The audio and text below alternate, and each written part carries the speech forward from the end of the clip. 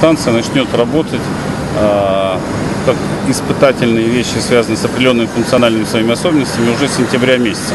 То есть мы начнем в августе начинать заполнять теплотрассу, начинать проводить гидравлику, начинаем, скажем, заносить теплоноситель, полностью начинаем опробовать эту схему. Таким образом, с тем, чтобы в начало отопительного сезона часть потребителей Якутска уже получали тепло от Якутской ГРЭС-2.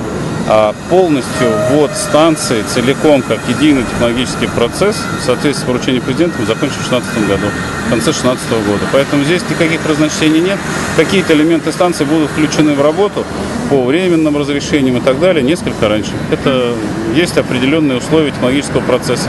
Мы же по щелчку сразу включить все не можем, поэтому будем включать все поэтапно, с тем расчетом, чтобы потребитель не чувствовал неудобств с точки зрения своей повседневной жизни. На сегодняшний день с городом у нас выстроена серьезная большая работа.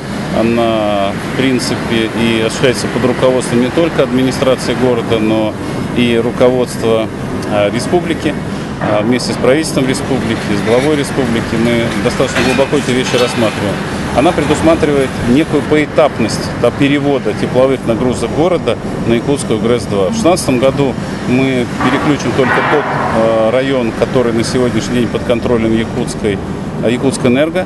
Дальше в 2017 году ряд котельных, которые на сегодняшний день находятся в зоне муниципального образования. Ну и в последующем будем двигаться дальше. То есть это достаточно серьезная большая программа, которая предусматривается перспективной схемой теплоснабжения, которую утверждает город. Мы совместно в этом направлении работаем.